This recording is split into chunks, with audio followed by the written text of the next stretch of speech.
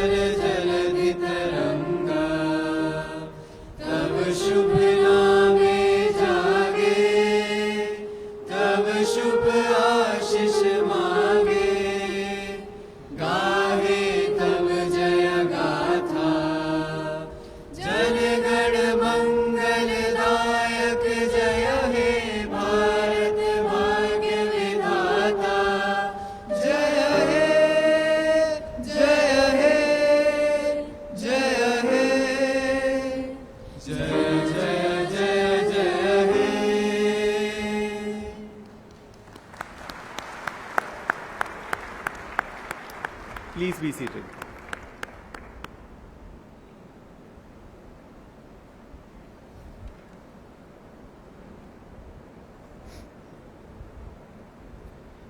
The Chancellor is requested to declare the convocation open.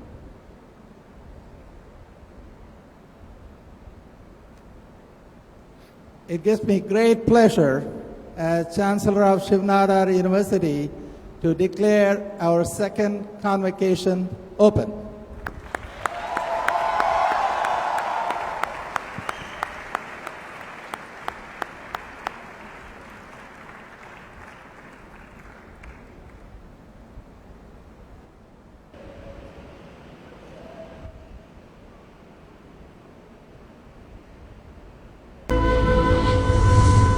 Shiv Nadar University was founded in 2011 as a multidisciplinary, research-focused and student-centric university. Our aim is to support scholarship that will advance human knowledge, to develop and educate the leaders of tomorrow, to support research that tackles the most pressing problems of the state, the country and the global community. In just 4 years, the university has established 5 schools, 16 departments, 6 research centers on a sprawling 286-acre campus driven by cutting-edge technology. We have 1,800 of the best and the brightest students from 27 states in India, nurtured by an open culture, fostering exchange of ideas. The fully residential campus provides avenues for learning and growth beyond the classroom. Students participate in clubs and societies, pursue sports and hobbies, and even help run the university. Around 200 globally acclaimed faculty members have established a culture of discovery and an ethos which values diversity and curiosity. With a curriculum that is truly multidisciplinary, students and faculty members are encouraged to think outside the box. At Shiv Nadar University, dedicated researchers and undergraduate assistants are finding cures for mercury poisoning, bringing solar energy to the masses, preserving our local heritage, discovering drugs for cancer, and rediscovering Indian technology from 2000 years ago. Faculty members have already published 65 books and chapters, 270 journal articles, and 310 conference papers in their mission to create new knowledge. The evidence of all these efforts has been the achievements of the first graduating class. 96% of them were recruited by leading organizations. 31 students have been selected for further studies by leading universities. And this is just the beginning. Soon, our faculty residential complex will create a truly immersive educational environment for students and teachers alike. It will encourage constant exchange of ideas for greater academic success active collaboration, better career choices, and deeper personal and professional satisfaction. Very soon, this campus will be home to 5,000 students, more than 500 faculty members, and a culture of lifelong learning. It will be a comprehensive institution with a full range of disciplines such as communication, law, art, design, and performing arts, along with natural sciences, engineering, humanities and social sciences, and management. Shiv Nadar University will create leaders with integrity and passion who will lead India to its next golden age. We commit to build a university that will make India illuminate the world with a light of knowledge.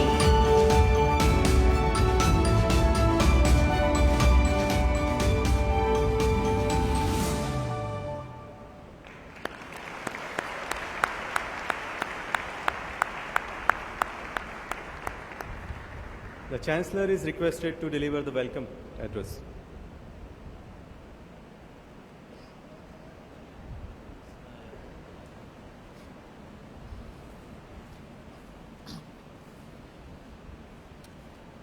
Good morning. Professor, Governor Raghuram Rajan, Ms. Vanitha Narayanan, Mr. Nadar, trustees and members of the Shiv Nadar Foundation, members of the Shiv Nadar University Court, members of Shiv Nadar University Executive Council, Vice Chancellor Rupa Ghosh, President Rajiv Swarup, directors, my fellow faculty, our incomparable staff, distinguished guests, graduating batch of 2016, students, parents, ladies and gentlemen. I welcome you all at this proud moment for Shiv Nadar University as we come together to celebrate our second convocation.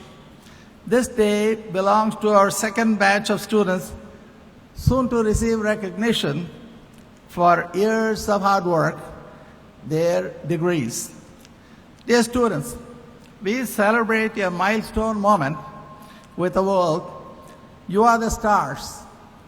We want to share with the society, your parents and guests, how we, the faculty and the staff, have, with diligence, been creating the type of environment and infrastructure at Shiv Nadar University to make it a world-class university, and for you to acquire the type of intellectual capital that will enrich your life for years into your future.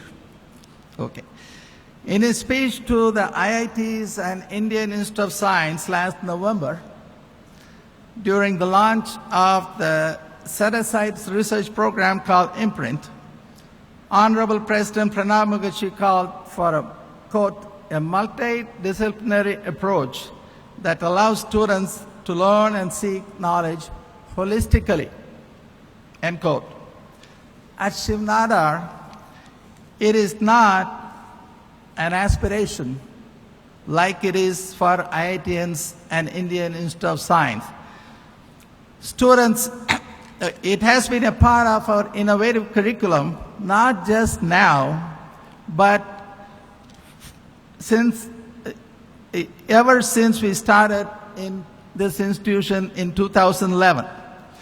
Engineers can take creative writing courses, science majors can obtain minors in business, to sociology, to economics. In fact, 2 days ago, I was having a meeting with the student council leaders, a fantastic bunch. We were discussing a serious concern that I had, and our energetic president, Sai Suresh Pokala, are you here? Was quick to say, maybe we can use Ishikawa's fishbone technique to analyze it and come up with a solution. I thought, huh? Is fishbone solution?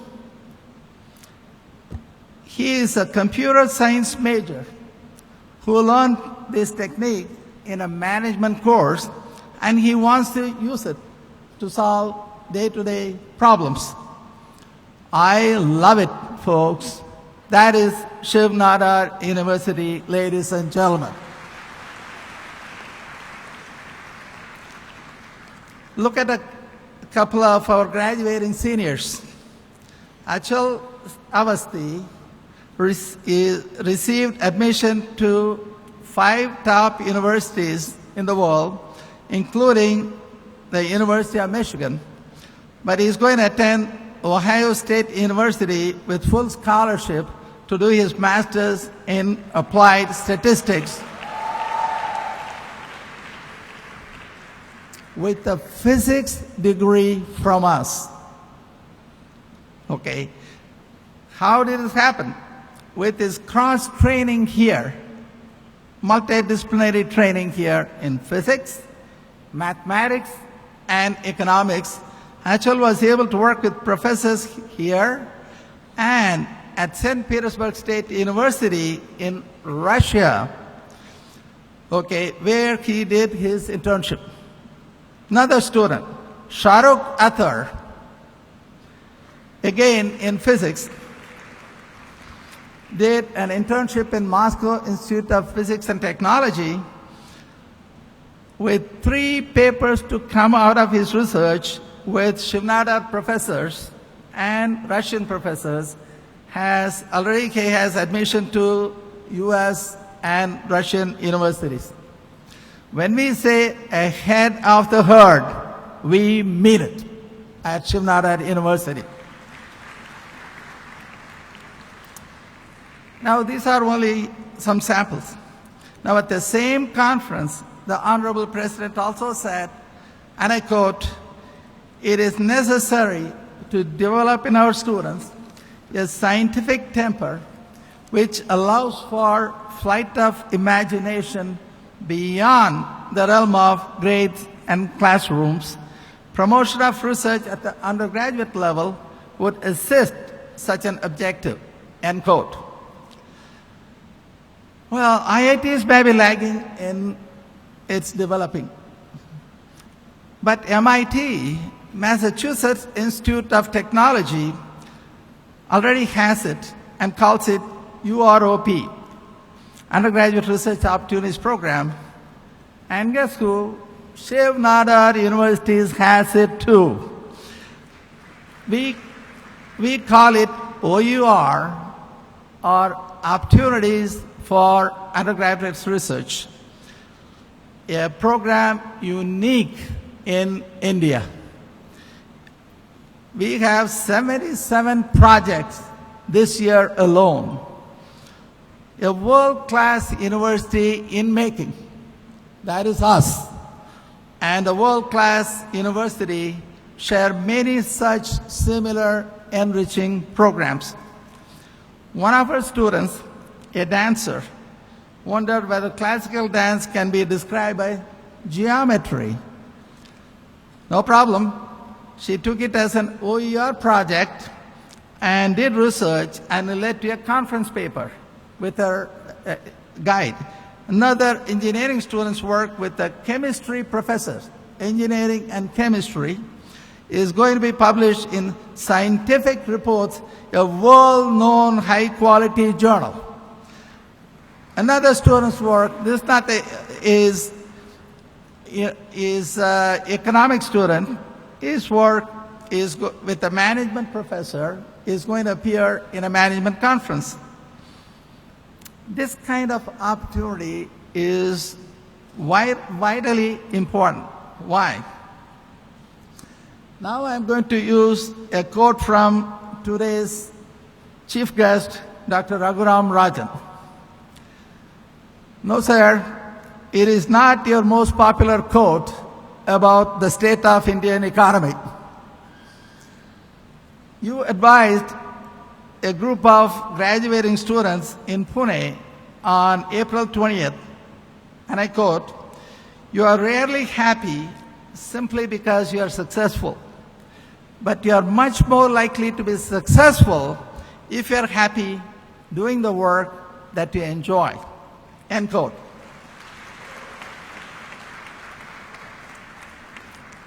A huge question is, how does one find out what they like?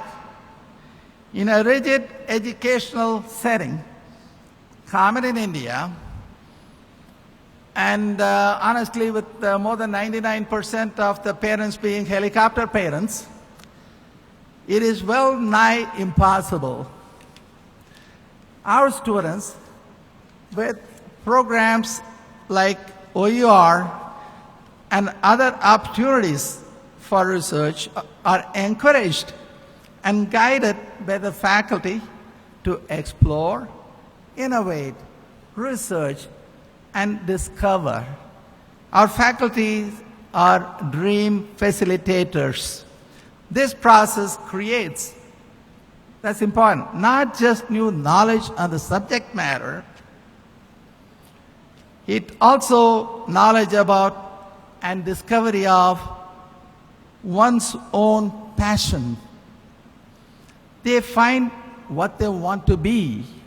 Shiv Nara students can now look for work that they enjoy and that will make them successful indeed.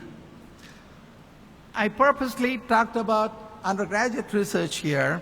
There's a reason. When you do research with graduate students, it is taken for granted. They are coming with wanting to do research. With undergraduates, that is not the case. We have at Shiv Nara created a culture, thanks to our outstanding faculty and the vision of our inimitable Vice Chancellor Rupa Ghosh, created an environment that has made it possible and it will continue. It is the establishment of such culture that is important, then it will continue. It appears like from what we have, these examples, it will. This kind of empowerment is impossible without outstanding faculty in natural sciences, social sciences, humanities, engineering, management, art design, and performing arts, communication. Everywhere, Shiv Nara faculty epitomize innovation and exploration. Professor Sen Gupta of art design, his thoughtful and poignant paintings about Indians in World War I will be on display at the Birmingham City University at their request. An acknowledgement of the exemplary quality of our art design faculty is the fact that two Fulbright scholars, one from Rhode Island School of Design, another from Yale University, have opted to do research at Shiv Nara campus. Dr. Ashish Gupta, Assistant Professor, Department of Life Sciences, was awarded the INSA Medal for Young Scientists in 2015 by the Indian National Science Academy. Management Professor Jaideep Ghosh carries the prestigious Ramanujan Fellowship with projects investigating various IT employee issues such as organizational IT issues, technology issues, and individual issues. I vividly recall a conversation that I had with the well-known social science faculty when I got associated with Shiv Nara University 2.5 years ago.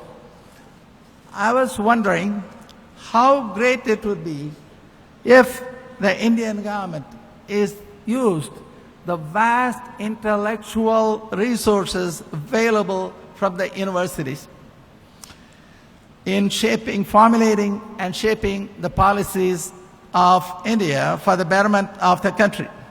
This professor said, Such things are possible in the United States, but not in India. I then said, in that case, Shiv Nadar University will make it possible. Well, ladies and gentlemen, I'm happy to report that it has happened. Reserve Bank of India asked our own Professor Ajay Dandekar to look at and he recently submitted his findings and recommendations in a report. We are, after all, a national university dedicated to the country and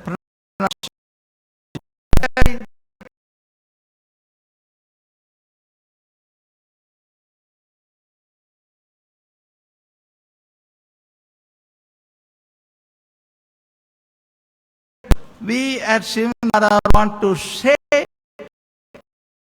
the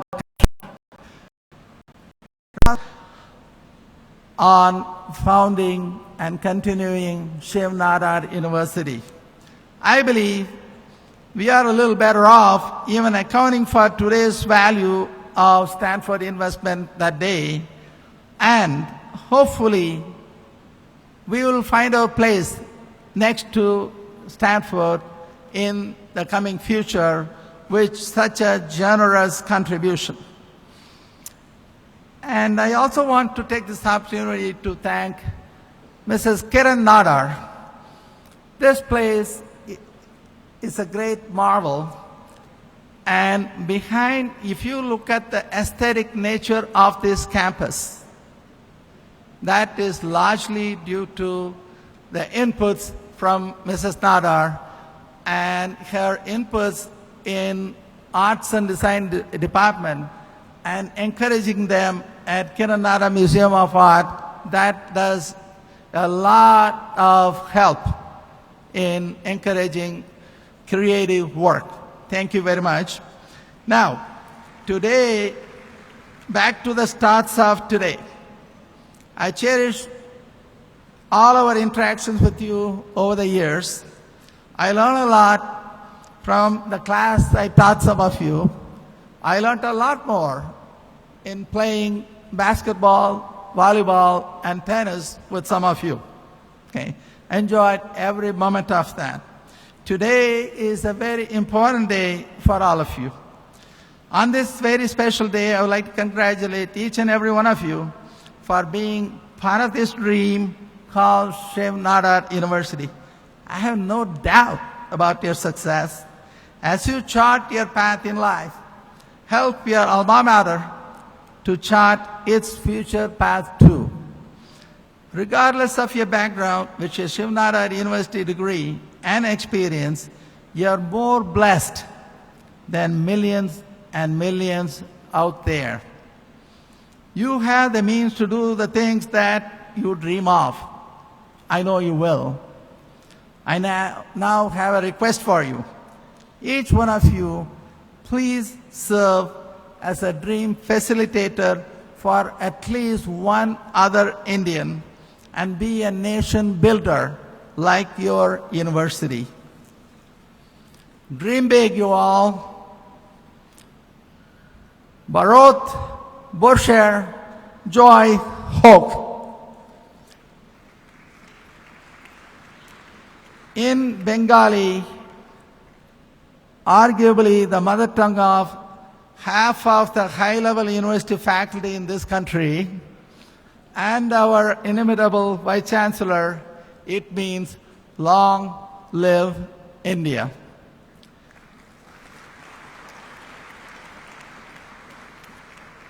Dhanya Vadalu. In Telugu, arguably the mother tongue of half the university students outside this country, and quite a few fantastic students at Shiv Nadar, it means thank you.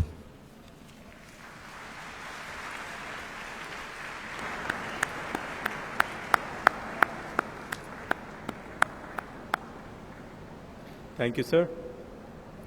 The Vice Chancellor is requested to present the progress report of the Shiv Nadar University.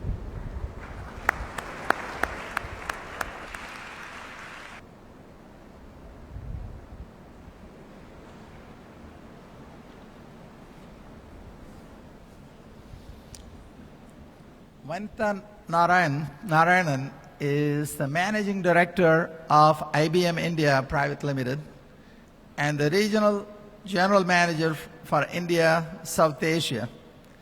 Appointed to this leadership position in January 2013, she is responsible for all of IBM's sales, marketing, services, and global delivery operations in the India-South Asia region, including operations in Bangladesh, Nepal, and Sri Lanka. India remains one of the fastest growing countries for IBM and has emerged as a strategic location within the company's global services delivery network. Having joined IBM in the United States in 1987, Vanitha has over 27 years of experience working with multiple client sets and in several countries. Since 2009, she has been a part of the IBM ISA business, serving in roles as the Vice President of Sales and Distribution, and then as the Managing Partner for Global Business Services. Prior to this, she served as the Vice President of Communications Sector, Asia Pacific, and the Global Vice President for IBM's Telecom Solutions and Partnerships. She is a member of IBM's Growth and Transformation team, which is comprised of senior global executives who are selected by IBM chairman.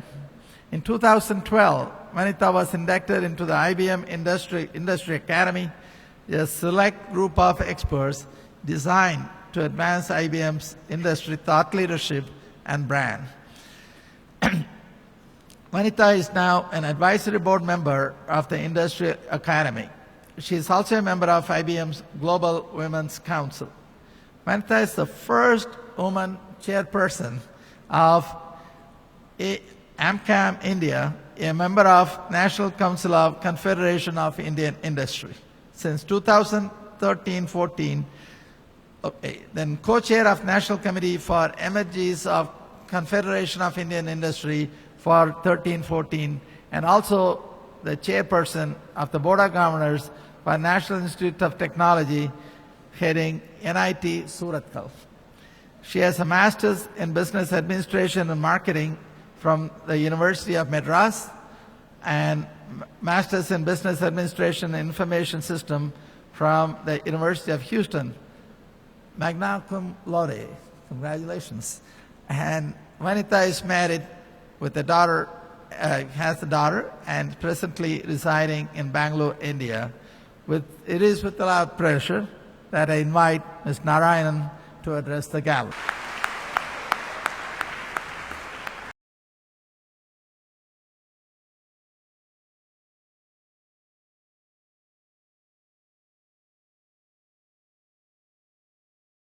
On September 5, 2013. Prior to that, he was the Chief Economic Advisor, Ministry of Finance, Government of India, and the Eric J. Gleacher Distinguished Service Professor of Finance at the University of Chicago's Booth School. He was also the Chief Economist at the International Monetary Fund from 2003 to 2006, and he chaired the Indian government's Committee on Financial Sector Reforms in 2007-2008. Dr. Rajan received his BTech degree from IIT Delhi in 1985, MBA from IIM Ahmedabad in 87, and PhD from MIT in the United States in 1991. His work spans a broad range of areas in financial economics, most important to the development of economies worldwide, ranging from the central role of banks in creating liquidity and the role of finance in economic growth to the nature of corporations and their financing. He co-authored Saving Capitalism from the Capitalists with Luigi Zingales in 2003. He then wrote Fault Lines, How Hidden Fractures Still Threaten the World Economy, for which he was awarded the Financial Times Goldman Sachs Prize for the Best Business Book in 2010. Dr. Rajan is a member of the Group of 30. He was the president of American Finance Association in 2011 and is a member of the American Academy of Arts and Sciences. In January 2003, the American Finance Association awarded Dr. Rajan the inaugural Fisher-Black Prize for the best finance researcher under the age of 40. The other awards he has received include the Global Indian of the Year Award from NASSCOM in 2011, the Infosys Prize for Economic Sciences in 2012, the Center for Financial Studies Deutsche Bank Prize for Financial Economics in 2013, and Central Bank Governor of the Year Award by Euromoney Magazine 2014. Very, very impressive record indeed. And I want to mention something about another area that he introduced called Dosonomics, but he said don't do it, so I'll stop here. It is my distinct honor and pleasure to invite Dr. Rajan to deliver the commencement address for the second batch.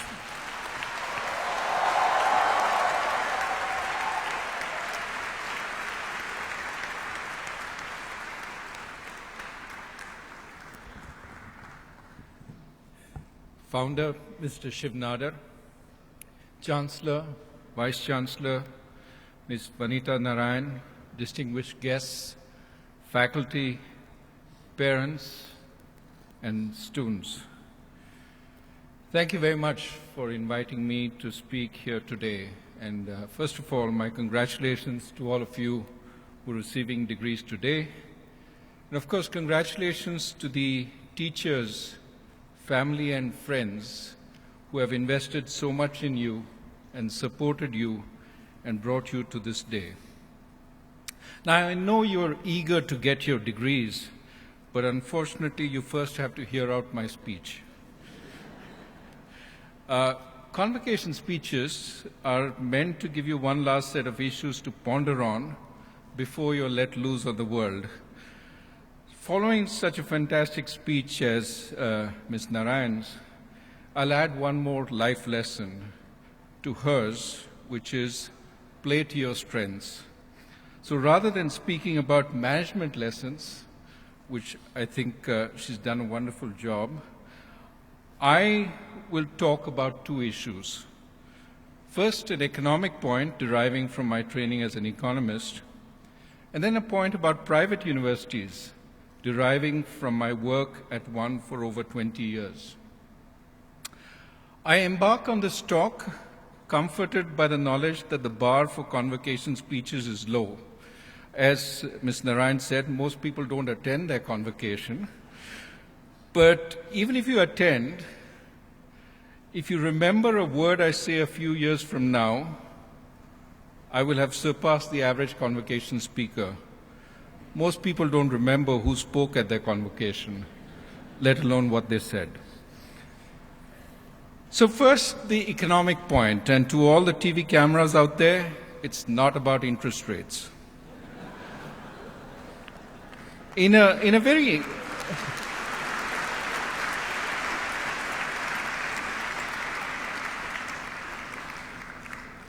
very interesting recent book, Harvard philosopher Michael Sandel points to the range of things that money can buy in modern society. And he seems angry at the growing dominance of the market. He worries about the corrupting nature of some exchanges as they're monetized, but also questions their effectiveness, and I think questions very effectively. For instance, do kids really develop a love of reading if they're bribed to read books? He's also concerned about unequal access to money, which makes trades using money inherently unequal. More generally, Sandel fears that the expansion of anonymous monetary exchange breaks down social cohesion and argues for reducing money's role in society. Now, the concerns that he's expressed have been expressed time and again over history, but he offers a number of interesting new examples, and I want to pose a couple to you to reflect on. For instance, some companies, certainly not IBM, pay the unemployed to stand in line for free public tickets to congressional hearings in the United States. You know, Congress has hearings, people go and testify before them, there are tickets to those hearings. They're given away on a first-come, first-served basis. People pay them to stand in line. Then they sell the tickets to lobbyists and corporate lawyers who have a business interest in the hearing but are too busy to stand in line. Now, clearly, public hearings are an important element of participatory democracy. All citizens should have equal access. So selling access seems to be a perversion of democratic principles, and he makes this point repeatedly. But is it? The fundamental problem here is scarcity. We cannot accommodate everyone in the room who might have an interest in a particularly important hearing. So we have to sell entry. We can either allow people to use their time to bid for seats. The one who stands longest and therefore spends the most time wins the seat. Or we can auction the seats for money. The former seems fairer because all citizens seemingly start with equal endowments of time. We all start with 24 hours in a day. And therefore, it seems the right thing to do. But is it? Do we all start with 24 hours in a day? How about a single mother with a high-pressure job and 3 young children? Is she as equally endowed as you will be once you finished your degree and are on summer vacation? I presume you get a little bit of vacation before going for a job. Are you in the same position? And is society better off if she, the chief legal counsel in a large corporation, spends much of her time standing in line for a hearing? So, whether it's better to sell entry tickets for time or for money, thus depends on what we hope to achieve as a society. If we want to increase society's productive efficiency, people's willingness to pay for tickets with money is a reasonable indicator of how much they will gain if they have access to the hearing. Auctioning seats for money makes sense then. The lawyer contributes more to society by preparing briefs than standing in line.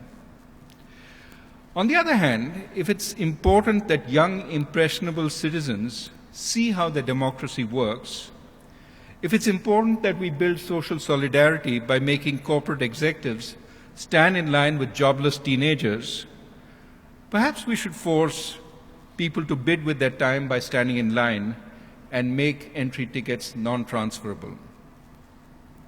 And if we think both objectives should play some role, perhaps we should turn a blind eye to some operators hiring those with spare time to stand in line in lieu of busy lawyers, so long as they don't corner all the seats. Let me take another example, the sale of human organs. Another example that Sandel worries about. Something seems wrong when a lung or a kidney is sold for money. It happens in our society, as we know. However, we celebrate the kindness of a stranger who donates a kidney to a young child. So clearly it's not the transfer of the organ itself that outrages us. We don't think the donor is misinformed about the value of their kidney or is being fooled into parting with it. Nor do I think we have concerns about the scruples of the person selling the organ. After all, they're parting with something that is very dear to them, and what they're doing is irreversible. So they're parting with something that most of us would not want to part with at the price that they're being offered. So why are we so uncomfortable with this sale? I think part of our discomfort with the sale of organs and why it's banned in a number of countries has to do with the circumstances in which the transaction takes place. What kind of society do we live in if people have to sell their organs to survive? Of course, a ban on organ sales may make us feel better, but we must also ask, does it really make society better off? Possibly, if the ban makes society work harder to make sure people are never driven into the circumstances that would force them to contemplate a sale, if we can help people and help them not get into this situation. But possibly the ban makes things worse if it allows society to turn its back on the underlying problem, either moving the trade underground or forcing people in those circumstances to resort to worse remedies. I also think part of our unease with these kinds of exchanges is that it is perceived as an unequal exchange. The seller is giving up a part of her body in an irreversible transaction. The buyer is giving up only money, perhaps earned on a lucky stock trade, through corruption, or through an overpaid job. If that money was earned by selling a portion of a lung, or by painful savings accumulated after years of backbreaking work, we might consider the exchange more equal. But the central virtue of money is precisely its anonymity. We need know nothing about the rupee we get to be able to use it. But because money's anonymity obscures its provenance, it may be socially less acceptable as a medium of exchange for some objects. So, the broader point I'm trying to make is we need to think about these things. But we shouldn't move too quickly, as Professor Sandel does, to prescribe a ban on such transactions, when the real concern seems to be not so much about the transaction being done for money, but about where money came from, about the distribution of money. There are many virtues to the anonymity associated with money that Sandel complains about. In a free market, all it takes to buy what you want is money. You don't need a pedigree, you don't need a great family history, you don't need the right table manners or the right fashionable clothing. You just walk into a shop, put up your money, and buy what you want. It's because money has no odor, because it's the great equalizer, that so many people across history have been able to acquire resources and invest them to make the world that we live in. Indeed, in our own country, making it easy for Dalits to start businesses may do much more for their social status, as Devesh Kapoor from the University of Pennsylvania suggests, because money empowers them much more than many other forms of affirmative action. So rather than prohibiting the use of money and wealth, perhaps it's better to think about increasing society's tolerance for its use. So I'm going to derive some lessons from this, but before I talk about what you can take away, let me caution you about questioning everything, including my interpretation of Sandel, because only with questioning comes clarity.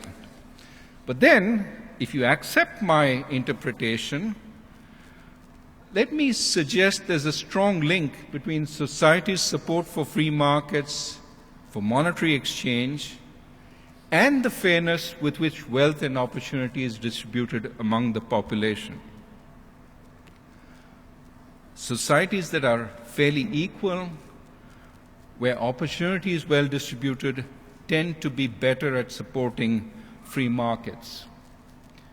Unfortunately, in our times, inequality between countries is diminishing, that's a good part, but inequality within countries is increasing.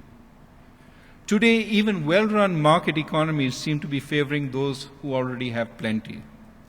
In part, this is because skills and capabilities have become much more important in the well-paid jobs that we heard about, and those born in good circumstances have a much better chance at acquiring those jobs.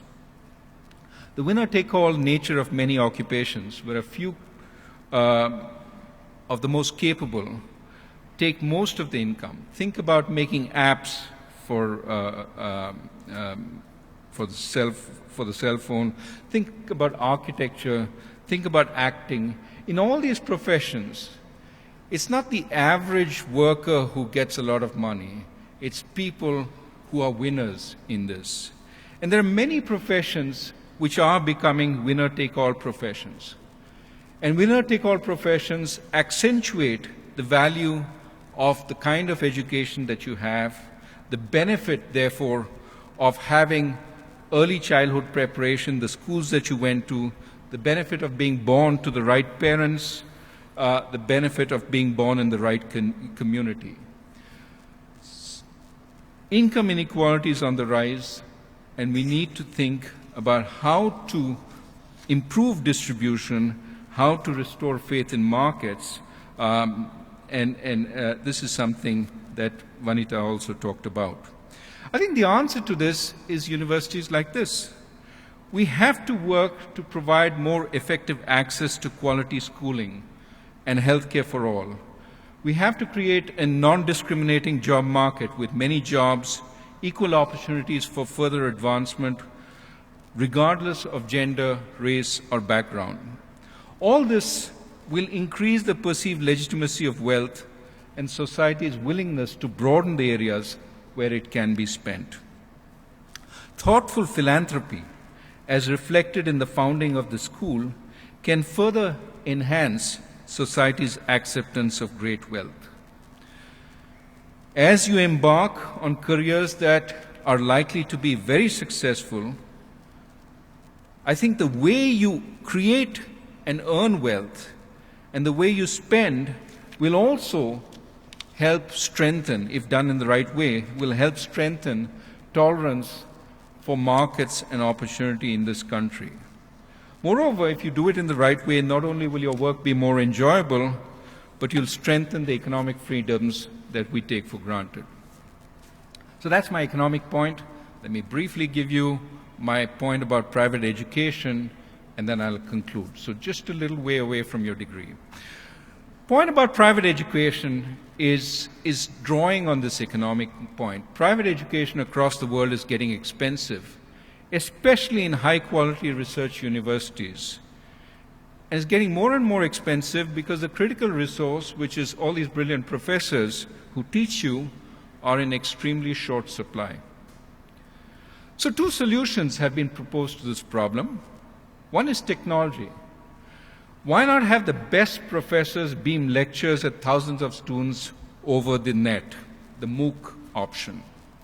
Problem is that while such classes seem theoretically very attractive, completion rates are abysmal in the classes that have taken off so far. Perhaps many of us who take such courses don't finish them for the same reasons we don't take a course syllabus here, go to the library, read all the books that are required, and come back and write the exam. There simply are too many distractions in life to be able to do this with discipline. Similarly, too many distractions to be able to complete a course on the internet. Online courses still need to figure out not just how to get student commitment, but also to provide the learning support that a university community and environment offers. The second possibility, which is we have high-priced research professors teaching you. Let's dispense with research and have teachers that do not do research. Now, this seems sacrilege here because the Vice-Chancellor, Chancellor all talked about the importance of research. But why do we need teachers who have PhDs? Because there are so many teachers who have masters, etc., who could be used to teach our students. Why don't we go there?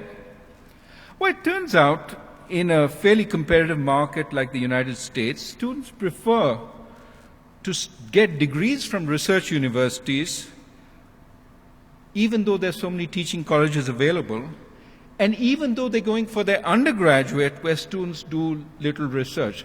That's unlike Shiv Nardar University where you have your OUR program. Many undergrad universities, they don't do research, and yet they prefer going to a research university. Let me conjecture why. It's not that research professors know more about the basic material that has to be taught. We're often working on arcane issues where we're very far from the basic textbooks. Neither does research necessarily make you a good teacher.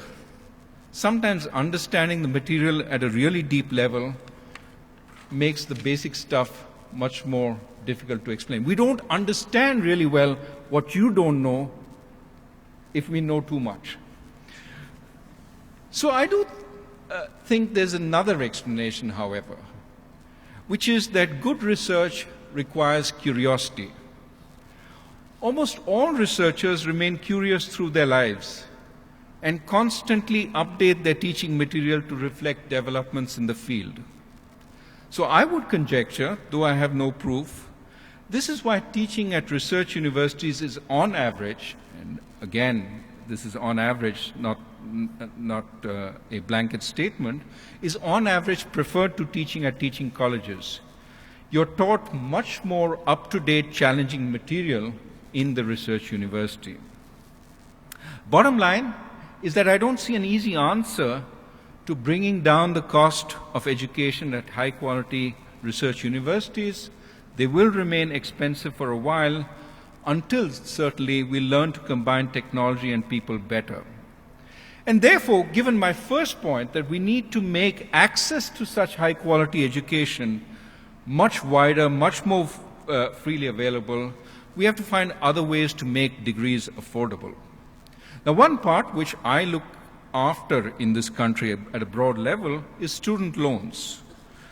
But we have to be careful that student loans are repaid in full by those who have the means, while at the same time the student loans are forgiving to those who fall on bad times or those who take low-paying public service jobs. We have to have a more contingent student loan scheme. We certainly, along with the government, are working on that. But we also have to make sure that unscrupulous schools do not prey on uninformed students, leaving them with high debt and useless degrees. There's a student loan problem in the United States. We shouldn't recreate the same problem in India. A second part of the solution is what drives this school, philanthropy, not just by the founders, but by successful students from a university.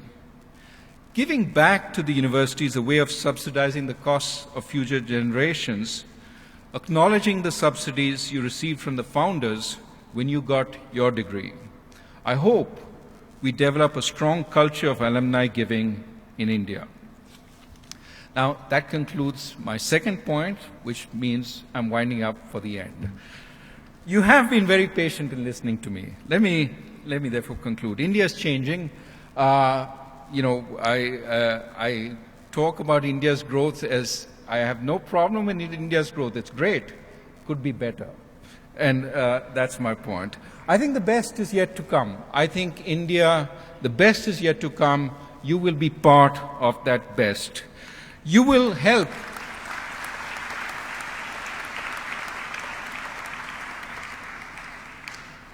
You will help shape our country and also the world, as well as your place in it. By all means, set yourself ambitious goals, but remember, as your teachers have already told you, and as our culture suggests, the achievement of narrow personal goals, greater wealth, rapid promotion, or increasing fame rarely brings you anything other than brief pleasure. I don't claim to know the secret of happiness, but this seems obvious. If you like the journey, if you get pleasure from the work you do, it matters far less when, or indeed whether, you reach the destination. You have far more control over the journey you choose, as Ms. Narayan also told you. And often the most enjoyable journeys are those where your goals are broader and where you take others with you, especially others who could not make it without your help. In doing so, you'll make this world a better and a more stable place. Thank you. I wish you good luck in your future endeavors, and I hope they crown with success.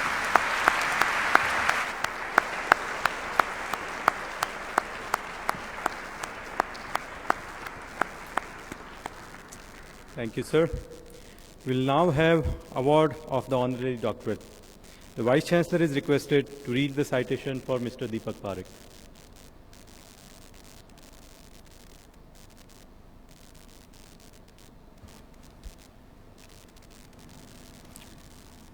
Mr. Deepak Parekh, now 71, Chairman of HDFC, spearheads India's premier housing finance company, HDFC Limited, which has turned the dream of owning a home into a reality for millions across the country.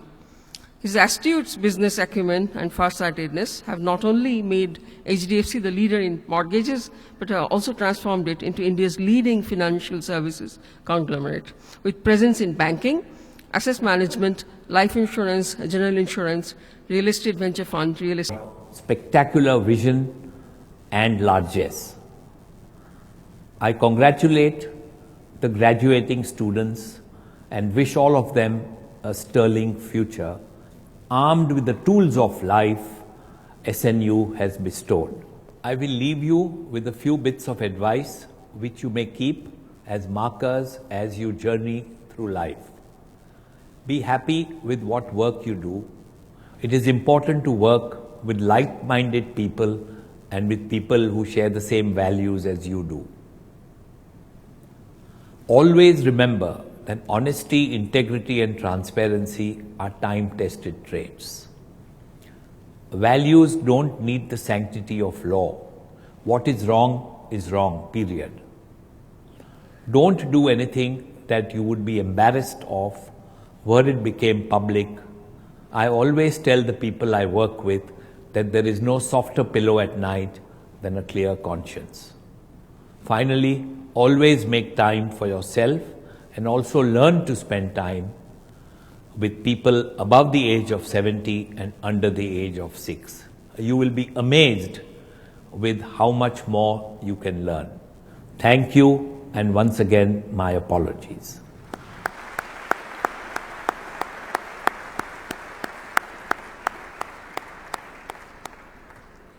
We now have the presentations for the university medals. The Vice Chancellor is requested to announce the University Gold Medal.